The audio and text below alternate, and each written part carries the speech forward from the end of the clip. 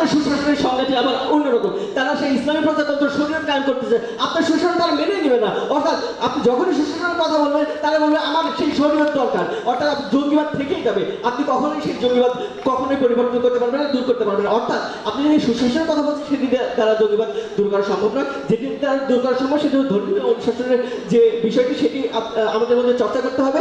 এবং জঙ্গিবাদের জন্য যে স্পিচ, সেই স্পিচকে সেই বিশ্বাসের মধ্যে যে ভাইরাসটি ঢুকেছে অ্যান্টিভাইরাস হিসেবে আমাদের কাজ করতে হবে তাদের সেই ভাইরাসটি বের করে নিয়ে আসার জন্য। যে কারণে আজকের এই প্রস্তাবটি সংসদে গৃহীত হওয়ার যোগ্যতা রাখে না। ধন্যবাদ সবাইকে। যোগদানের জন্য মাননীয় স্পিকার, আমি চলে যাচ্ছি মাননীয় বিরোধী দলীয় নেতা থেকে। তিনি বারবার বললেন ধর্মীয় শিক্ষা, কিন্তু সবচেয়ে আশ্চর্যজনক বিষয় হচ্ছে মাননীয় স্পিকার, আজকে যারা জঙ্গিবাদের সাথে সম্পৃক্ত তারা অধিকাংশই ধর্মীয় শিক্ষায় শিক্ষিত। ঠিক সেই পজিশনে দাঁড়িয়ে তারা কিভাবে বলেন ধর্মীয় শিক্ষা, ধর্মীয় শিক্ষা, ধর্মীয় শিক্ষা।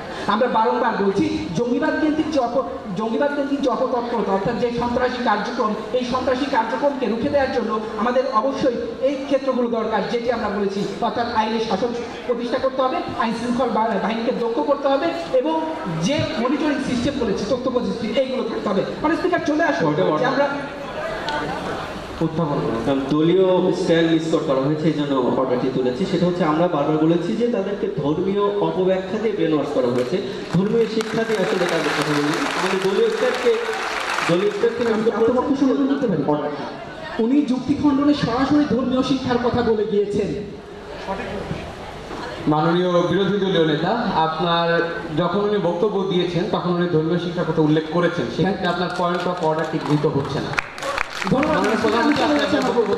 লক্ষ্য করুন, যখন 2004 সালে বাংলাদেশে গ্রেনেড হামলা হয়েছিল, যখন 2006 সালে শাহিদ আব্দুর রহমান বাংলাবাইকে ফাঁকি দেওয়া হচ্ছিল, ঠিক মাননীয় স্পিকার তার পরবর্তী 2014 সাল পর্যন্ত আমরা কোনো জঙ্গিবাদ লক্ষ্য করিনি মাননীয় স্পিকার বাংলাদেশের প্রেক্ষাপটে। ঠিক সেই জায়গায় তাই মাননীয় স্পিকার আমরা বলছি, যদি জঙ্গিবাদকে দমন করা যায়, জঙ্গিবাদের আইন শৃঙ্খলার মাধ্যমে যদি তাদেরকে দমন করা সম্ভব হয় মাননীয় স্পিকার, সেই ক্ষেত্রে বাংলাদেশের প্রেক্ষাপটে জঙ্গিবাদ মাথা চারা দিতে পারবে না মাননীয় স্পিকার। ঠিক তার পরবর্তীতে এই জঙ্গিবাদ কেন্দ্রিক যে আমরা পদক্ষেপগুলো বলেছি, পদক্ষেপগুলো গ্রহণ করা হয়নি বিধায় আবার মাথা চালা দিয়েছে। ঠিক সেই প্রেক্ষাপটে যদি আমরা বর্তমানের দিকে লক্ষ্য করি মাননীয় স্পিকার, তাহলে তারা যে গণসচেতনতার কথা বলছে মাননীয় স্পিকার, সবচেয়ে আশ্চর্য বিষয় এই গণসচেতনতা এই সুশাসনের একটি অংশ মাননীয় স্পিকার। এই সুশাসনের মাধ্যমে যে জঙ্গিবাদ নির্মূল করা সম্ভব, এটি তাদের বক্তব্যই কিন্তু প্রতীয়মান হয় মাননীয় স্পিকার। সেক্ষেত্রে মাননীয় স্পিকার আমি চলে যাচ্ছি মাননীয় বিরোধী দলীয় উপনেতার কাছে। তিনি প্রথমেই কবিতা রচনা করে গেলেন এবং তারপরে বলছেন যে আমি তাকে একটি প্রশ্ন করেছিলাম যে একজন নবমুসলিম কিভাবে জঙ্গিবাদের দিকে যায়। মানে স্পিকার, ঠিক সেই ক্ষেত্রে একজন নবমুসলিম তো আবেগের বশত হয়ে মুসলিম হয়, ঠিক সেই ক্ষেত্রে তার মধ্যে যে একটি জ্ঞান, সেটাতে যে স্বল্পতা রয়েছে সেটা স্বাভাবিক, কিন্তু সবচেয়ে বড় বিষয় হচ্ছে তার ওই কার্যক্রমকে ঠেকিয়ে দেওয়ার ক্ষেত্রে যদি আইনের আশ্রয়ে আনা যায়, তাহলে আমরা বিশ্বাস করি যে সে আর জঙ্গিবাদের দিকে ধাবিত হবে না মাননীয় স্পিকার, এবং সে যে কাজটি করবে বুঝে শুনেই করবে। মাননীয় স্পিকার, আমাদের বিতর্কের জায়গাটি ছিল এখানে, যদি কোনো কিছু সময় দিতে পারি, আমাদের বিতর্কের জায়গাটি ছিল এখানে, যদি একটি সন্ত্রাসবাদকে, জঙ্গিবাদকে নির্মূল করতে হয়, তাহলে মাননীয় স্পিকার অবশ্যই সেই ক্ষেত্রে রাষ্ট্রের যে আইন রয়েছে, যে আইনকে তারা তোয়াক্কা করে না, যে আইনকে তারা মানতে চায় না, সে আইন তাদের বিরুদ্ধে বলবৎ করতে হবে মাননীয় স্পিকার। তাই মাননীয় স্পিকার আমি সর্বশেষ বলছি, আজকে এই সংসদে এই প্রস্তাবটি যেন গৃহীত হয়। ধন্যবাদ মাননীয় স্পিকার, ধন্যবাদ সকলকে। আমি সকলের জ্ঞাতার্থে আরেকবারও মনে করিয়ে দিচ্ছি, আমাদের যে আজকে পার্লামেন্টারি ফরম্যাটে যে শো ডিবেটটি ছিল, এটির প্রস্তাবিত বিষয় ছিল এই সংসদ মনে করে যে সুশাসনই পারে জঙ্গিবাদ দূর করতে। আজকে আসলে যেহেতু এটি শো ডিবেট, সেই ক্ষেত্রে খুব বেশি মূল্যায়নে আমরা কেউই যাব না। প্রধান বিষয় হচ্ছে এটি যে আজকে যখন বাংলাদেশের প্রতিটি ঘরে ঘরে মানুষ জঙ্গিবাদ নিয়ে আতঙ্কিত, ঠিক সেই মুহূর্তে ন্যাশনাল ডিবেট ফেডারেশন বাংলাদেশ একটি চমৎকার সময়োপযোগী একটা বিষয়কে আমাদের সামনে তুলে ধরেছে। এই জন্য ন্যাশনাল ডিবেট ফেডারেশনকে অন্তঃস্থল থেকে ধন্যবাদ জ্ঞাপন করছি। আমরা দুটি দলই একটি জায়গায় কিন্তু একমত, যে কোনো প্রকারেই হোক আইন শৃঙ্খলা বাহিনীর দক্ষতা বৃদ্ধি করে কিংবা সচেতনতা বৃদ্ধি করে কিংবা ধর্মীয় অনুভূতিকে কাজে লাগিয়ে আমরা যেটি চাই, দুটি দলই এই বিষয়টিতে আমরা দুটি দলই একমত। আমরা এর আগে একটা জিনিস জানি যে অন্যায় যখন নিয়ম হয়ে ওঠে, প্রতিরোধ তখন কর্তব্য হয়ে দাঁড়ায়। তো সেই ক্ষেত্রগুলো যখন আমাদের সামনে চলে আসে, আমাদের এখন প্রতিরোধের জায়গাগুলো খুঁজে বের করতে হবে। আমাদের প্রত্যেকটা ব্যক্তিকে সচেতন হতে হবে, আমাদের যুক্তিবাদী সমাজ করতে হবে, আমাদের যে ভবিষ্যৎ প্রজন্ম রয়েছে সেই ভবিষ্যৎ প্রজন্মকে স্বপ্ন দেখাতে হবে। এক্ষেত্রে কথা বলতে যে আমার মনে পড়ছে এপিজে আব্দুল কালাম বলে গিয়েছিলেন, এখানে অনেকেই হয়তো বিষয়টি জানেন, যে যেতে হবে আমাদের ন্যাশনাল ডিবেট ফেডারেশন বাংলাদেশ স্বনামধন্য প্রতিষ্ঠান থেকে শুরু করে বাংলাদেশের প্রত্যন্ত অঞ্চলের শিক্ষা প্রতিষ্ঠানগুলোর প্রত্যেকটি জায়গায় নিজেদেরকে নিয়ে যাচ্ছে যুক্তিবাদী সমাজ গড়তে। শোনো, যুক্তি আমার সৌন্দর্য, সেই যুক্তিকে কাজে লাগিয়ে আমরা যেতে চাই অনেক দূর, আমরা জয় করতে চাই অনেক কিছু। সকল বাধা, সকল কিছু আমরা যুক্তির মাধ্যমে প্রতিহত করতে চাই। আজকের বিতর্ক যেহেতু আসলে শো ডিবেট ছিল, আমরা দেখেছি যে আজকের একটি বিতর্কের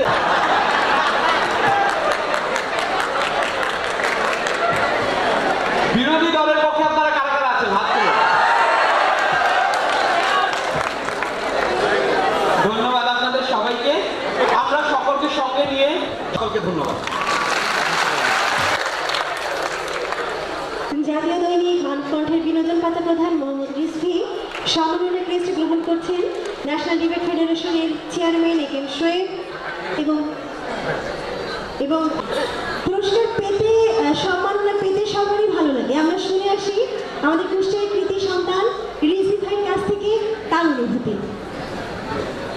শুভেচ্ছা সবাইকে। আসলে এত জমজমাট একটা বিতর্ক প্রতিযোগিতা আসবো আসলে এটা ভাবা ছিল না।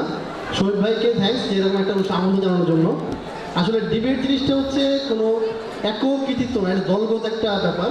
এটা একটু আগে আমরা দেখলাম যে জঙ্গিবাদ নিয়ে যে বিতর্কটা হলো, আসলে তিনজন মিলে তাদের প্ল্যান মতো তিনজন মিলে পরাস্ত করলো অপর দলকে। এটা কিন্তু আমরা মোটামুটি সবার ভোটে দেখলাম যে এক দলকে সবাই ভোট দিলে একদম দিল না। তো যেটা বলতে চাই আসলে এই মানে সম্মিলিত কাজটা রাখতে হবে, দলগত ব্যাপার থাকতে হবে, এবং সবচেয়ে বড় ব্যাপার হচ্ছে হাল ছাড়তে হবে না, যেটা লাগতে হবে লেগে থাকতে হবে। কারণ হচ্ছে মানে চেষ্টার কোনো বিকল্প নেই। আর হচ্ছে ডিবেটটা বেসিক্যালি হচ্ছে শেখায় নিজের উপর আত্মবিশ্বাস, নিজেকে একটা জায়গায় নিয়ে যাওয়া, এবং সবচেয়ে বড় ব্যাপার হচ্ছে আজকের এই অবস্থা আসার জন্য প্রত্যেককে অনেক কষ্ট করতে হবে, সেটা ডিবেট হচ্ছে এক ধরনের ইন্সপিরেশন দেয়। তা আমি ন্যাশনাল ডিবেট ফেডারেশনকে কৃতজ্ঞতা জানাচ্ছি এত সুন্দর আয়োজন করার জন্য, এবং খুলনার যারা আজকে অংশ নিয়েছে সবাইকে ধন্যবাদ, এবং সকলে আমি সমৃদ্ধি কামনা করছি। ধন্যবাদ সবাইকে। আমরা আজ একত্রিত হয়েছি বিতর্কের সৌন্দর্য বোধকে অনুধাবন করবার জন্য, কিন্তু তাতে করে তো আর অন্য কোনো বিনোদন দেখতে আমাদের অসুবিধা নেই, আছে কি? আচ্ছা, আমরা একটা নাচ দেখে নেব।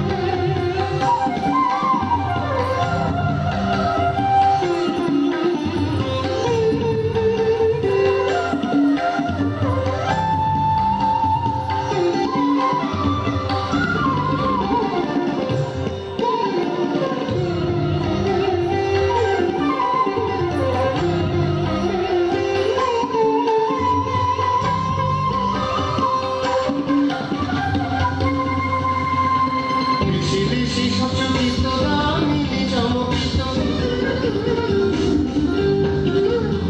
বেশি বেশি সচকিত দামিনী চমকিত বেশি বেশি সচকিত দামিনী চমকিত চমকে উঠেছে হরিণী পরশে চমকে উঠেছে হরিণী পরশে ঝিম ঝিম ঘন ঘন রে বরসে ঝিম ঝিম ঘন ঘন রে বরসে ঝিম ঝিম ঘন ঘন রে বরসে ঝিম ঝিম ঘন ঘন রে বরসে ঝিম ঝিম ঘন ঘন রে বরসে ঝিম ঝিম ঘন ঘন রে মগনে ঘন ঘটা শিহরে দুর্লতা মগনে ঘন ঘটা শিহরে দুর্লতা ময়ূর ময়ূরী নাচিছে হরসে ঝিম ঝিম ঘন ঘন রে বরসে ঝিম ঝিম ঘন ঘন রে বরসে ঝিম ঝিম ঘন ঘন রে বরসে ঝিম ঝিম ঘন ঘন রে বরসে ঝিম ঝিম ঘন ঘন রে বরসে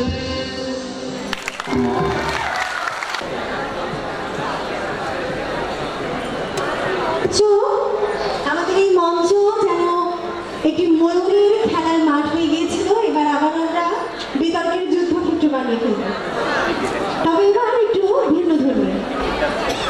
আচ্ছা, চাপায় আছেন? আচ্ছা, আমার রূপে শ্রেষ্ঠ এই বাংলায় আঞ্চলিক বিতর্কটি পরিচালনা করবার জন্য বিনীতভাবে অনুরোধ জানাচ্ছি। সকাল থেকে আমরা যে মানুষটিকে হাসি মুখে আমাদের সঙ্গে কাঁধে কাঁধ মিলিয়ে কাজ করতে দেখছি, কুষ্টিয়া আজকের এই মঞ্চটি মাননীয় প্রধানমন্ত্রী, এজন্য ধন্যবাদ জানাচ্ছি মাননীয় প্রধানমন্ত্রী। বলেছেন যদি কোনো গ্রামে একটি কালভার্ট নির্মাণ করা হয় তবে একজন দরিদ্র মানুষ তার নিজের কাছে অর্থ না থাকলে প্রয়োজনে ঋণ নিয়ে একটি ভ্যান কিনবে, তারপর তার আয় কিন্তু অর্থ দিয়ে সে ধীরে ধীরে ঋণটি শোধ করবে। অর্থাৎ হালযুক্ত হয়েছে হালযুক্ত হয়েছে হালযুক্ত হয়েছে, এবং সে কারণে আমরা আমাদের আজকে এই সংসদীয় ধারার বিতর্ক প্রতিযোগিতায় বিজয়ী দল হিসাবে ইসলামী বিশ্ববিদ্যালয় কুষ্টিয়া করছি। 2016 সালে বাংলাদেশ সরকারের তথ্য মন্ত্রণালয় এবং বাংলাদেশ ডিফেন্স ফেডারেশনের যৌথ আয়োজনে জাতীয় তথ্য প্রযুক্তি বিতর্ক উৎসবের সকল আয়োজক হবার পাশাপাশি অঞ্চল চ্যাম্পিয়ন হবার কৃতিত্ব অর্জন করে ইসলামী বিশ্ববিদ্যালয়। বিশ্ববিদ্যালয়ের বিতর্ক চর্চাকে আরো বেগবান করতে প্রতি বছর আন্তঃহল ও আন্তঃবিভাগ বিতর্ক প্রতিযোগিতার আয়োজন করে আসছে এই সংগঠনটি।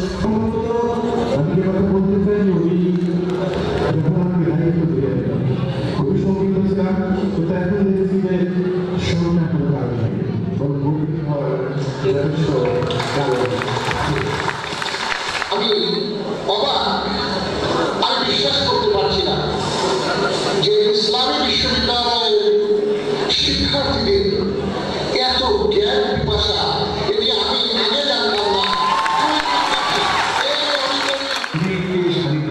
যুক্তি নির্ভর এবং যুক্তি দিয়ে প্রতিটি পদক্ষেপ গ্রহণ করা, বিতর্কের মধ্য দিয়ে বুদ্ধির চর্চা, বিবেকের চর্চা, সংস্কৃতি চর্চার যে ক্ষেত্র, সেটি আরো সুগম এবং আরো সম্প্রসারিত হবে। When you try to impart agreement of condition of political society economy, then also exploiting by our political and cultural I want to I think for every government department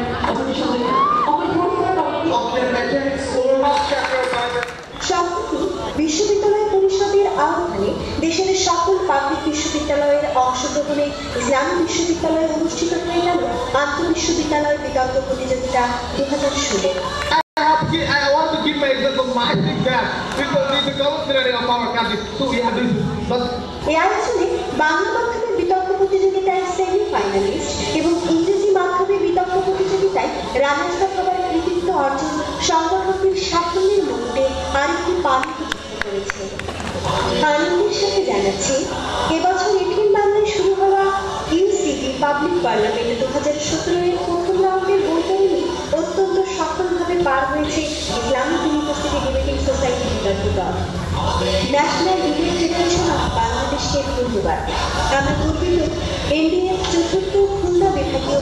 উৎসবে আরাধন করতে পেরে।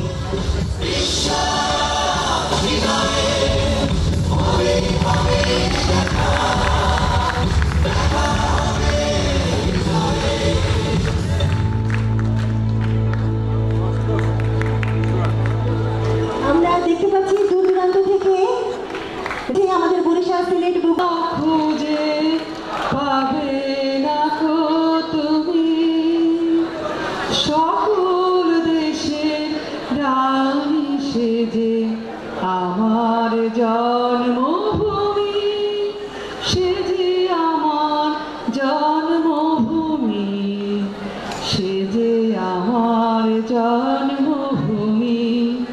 সত্যি জন্মভূমি আসে যে যেখানে জন্মগ্রহণ করেছে তাকে রিপ্রেজেন্ট করবে এক একজন সদস্য।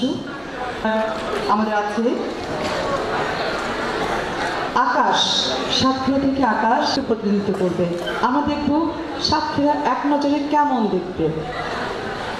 ধন্যবাদ জানাচ্ছি আজকের এই চতুর্থ খুলনা বিভাগীয় বিতর্ক উৎসবে সম্মানিত আমাদের বিচারক আর এই দুই পাশে যারা বসে রয়েছেন এবং সামনে যারা শুনতেছেন সবগুলিকে ধন্যবাদ জানাচ্ছি। উপস্থিতি আসলে আমি আর কি করবো, প্রথমে যে কথাটা বলতে চাই সেটা হচ্ছে সেনা বাহনের বলতে লাগে না, আর শুরুতেই যে কথাটা না বললেই নয়। ও ভাই মোস্তাফিজ যে তোমরা চেনো না, তার বাড়ি মানে জানো মোর সাতক্ষীরায়। আসো আসো সুন্দরবনে। সুন্দরবন পৃথিবীর অন্যতম ম্যানগ্রোভ ফরেস্ট, অদ্বিতীয়। 1999 সালে সাতক্ষীরার এই সুন্দরবনকে ইউনেস্কো প্রথম ওয়ার্ল্ড হেরিটেজ ঘোষণা করে। এতে কি বলা যায় না সাতক্ষীরা রূপে আমার রূপে শ্রেষ্ঠ? প্রিয় উপস্থিতি, আর আমার দুই পাশে যারা বসে রয়েছে জানি আজকে সবগুলো একটু চালাক চতুর করে আমার পেট মেতেছে, তাতে আমি কিছু মনে করতেছি না।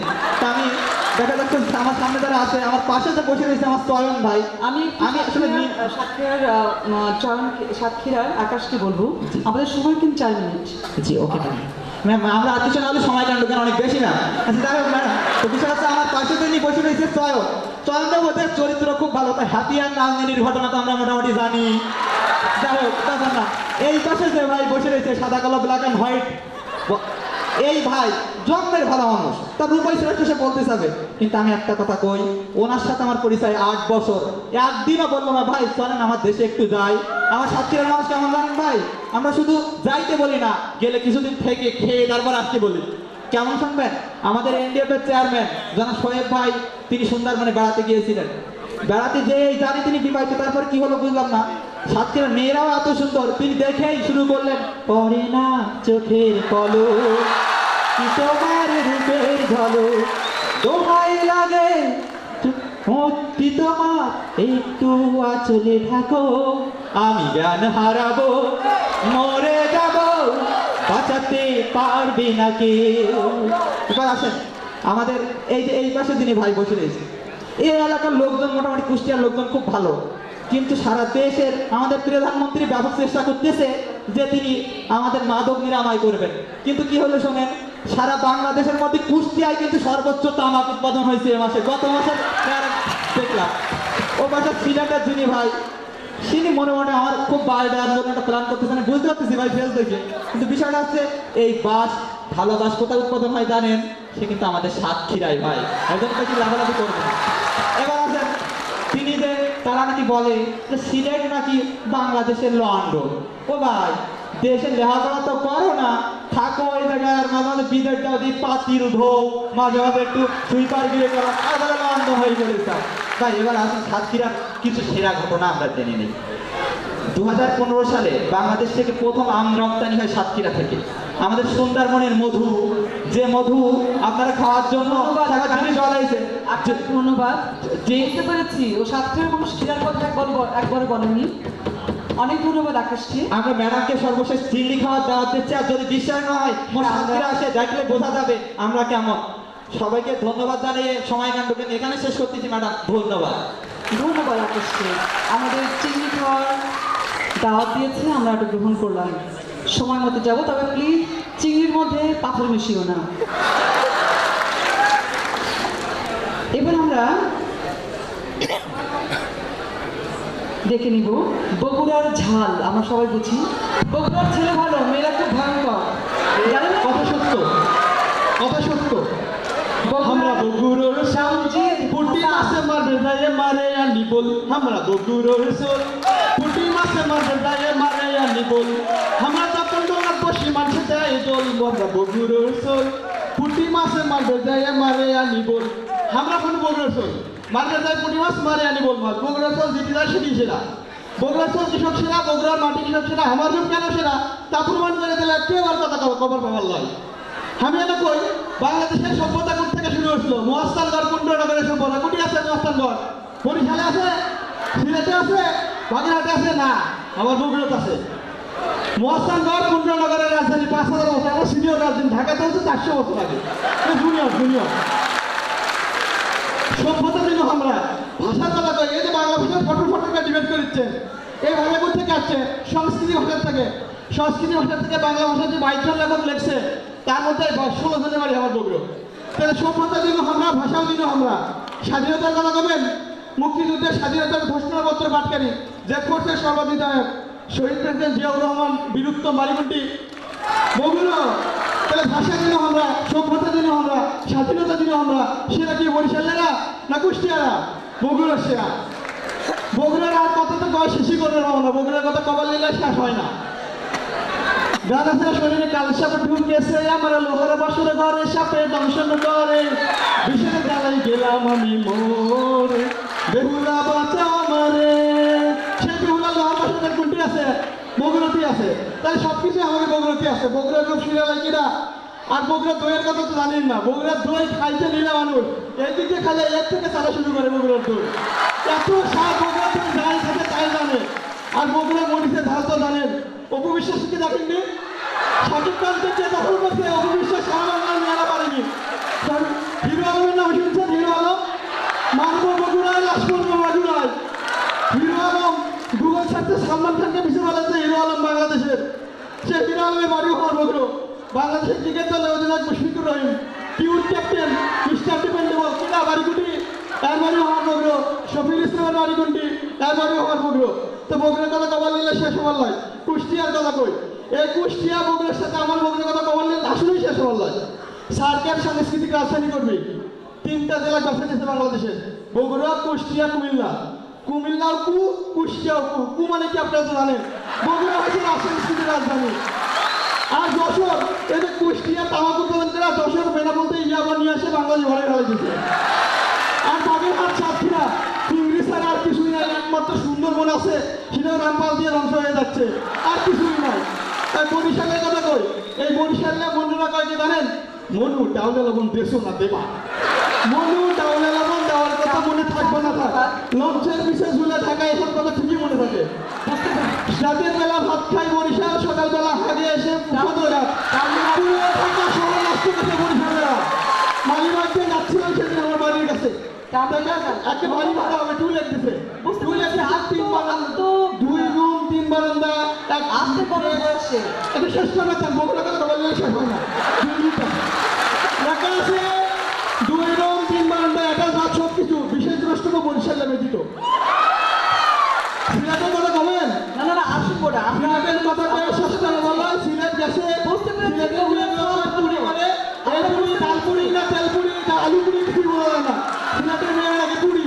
আর লন্ডন ডিস্ট্রিনার আর হচ্ছে ব্রেন ক্লিনার, এরা করে লন্ডনে উঠতে দিচ্ছি। বগুড়ায় সেরা সবসময় সেরা। Thank you. আমরা বুঝতে পেরেছি পাচ্ছি।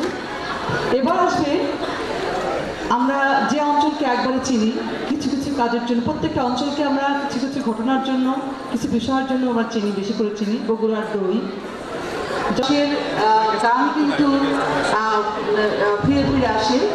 গানটা হচ্ছে এমন, ধীরে ধীরে রে বউ গাছ কাটতে যাবো, ধীরে ধীরে রে বউ গাছ কাটতে যাবো, রোনাশা ছেড়ে আমি জওয়ান দেখাবো, ধীরে ধীরে রে বউ গাছ কাটতে যাবো।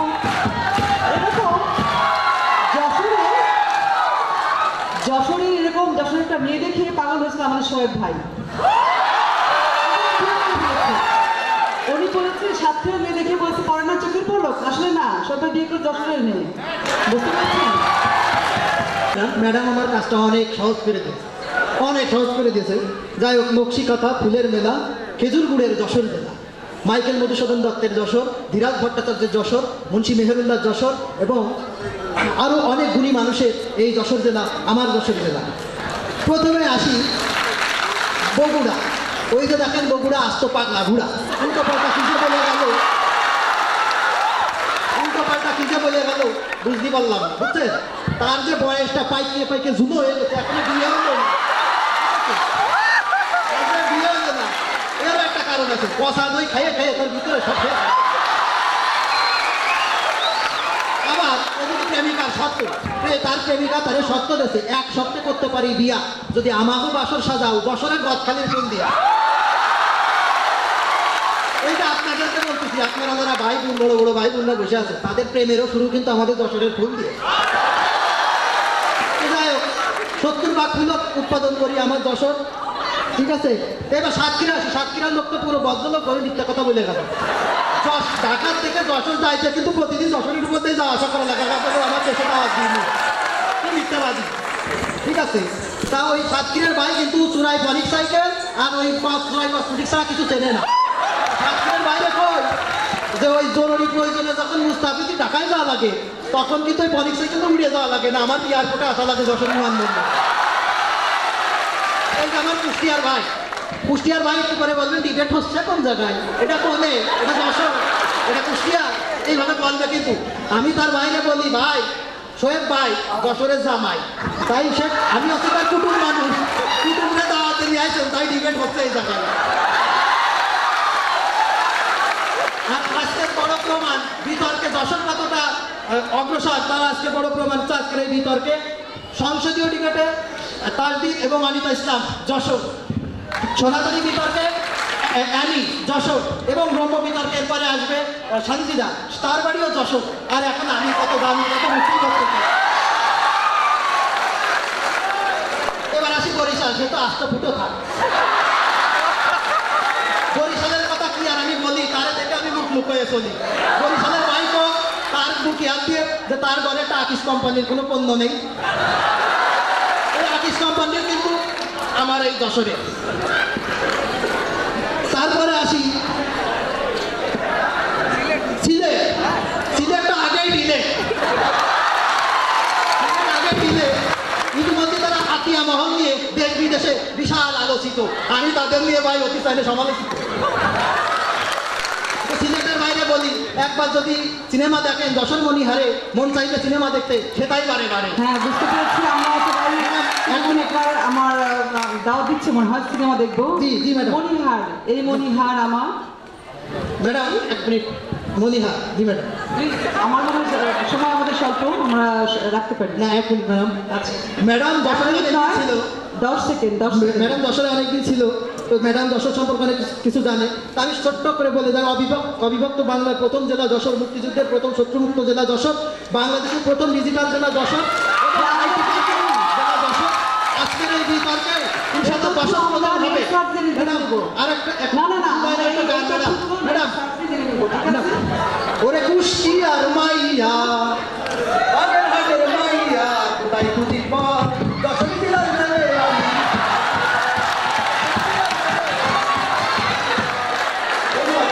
ধন্যবাদ। আমরা দেখবো কোন অঞ্চলে কোন হাটে বাঘ বিক্রি হয় না, বলেন তো?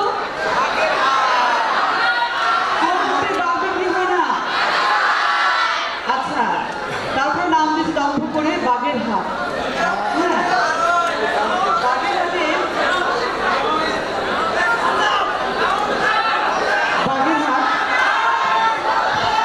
বাঘের হাটকে উপস্থাপন করবে চয়ন। ঐতিহ্যবাহী বাগেরহাট জেলার পক্ষ থেকে সবাইকে শুভেচ্ছা। আসলে আমি আজকে কোনো কথা করতে চাইলাম না, কিন্তু এই যে বগুড়ার ভাই, সাতক্ষীরার পোত, যশোরে এসে যেভাবে আমাকে বসায় গেল, এই জন্য কোনো কিছু কথা না করে পারতেছি না। এই যে সাতক্ষীরার পোত আমার পাশে বসে আছে, ও আমাকে বাগেরহাটের রুবেল আর হ্যাপির কথা কলো, কেন আমাকে বাগেরহাটে আরো ভালো লোক আছে, আছে খান জাহান আলীর মতো পীর, আছে আব্দুল্লাহ আবু সাইদের মতো শিক্ষাবিদ, আছে নীলিমা ইব্রাহিমের মতো শিক্ষাবিদ, আছে কাজী আজহার আলীর মতো শিক্ষাবিদ। আর আপনারা ওই যে টিভির মধ্যে ববিতা, চম্পা, সুচন্দা ওকে অভিনয় দেহে কোলবালিশ নিয়ে হাডুডু খেলেন, ওকে বাড়ি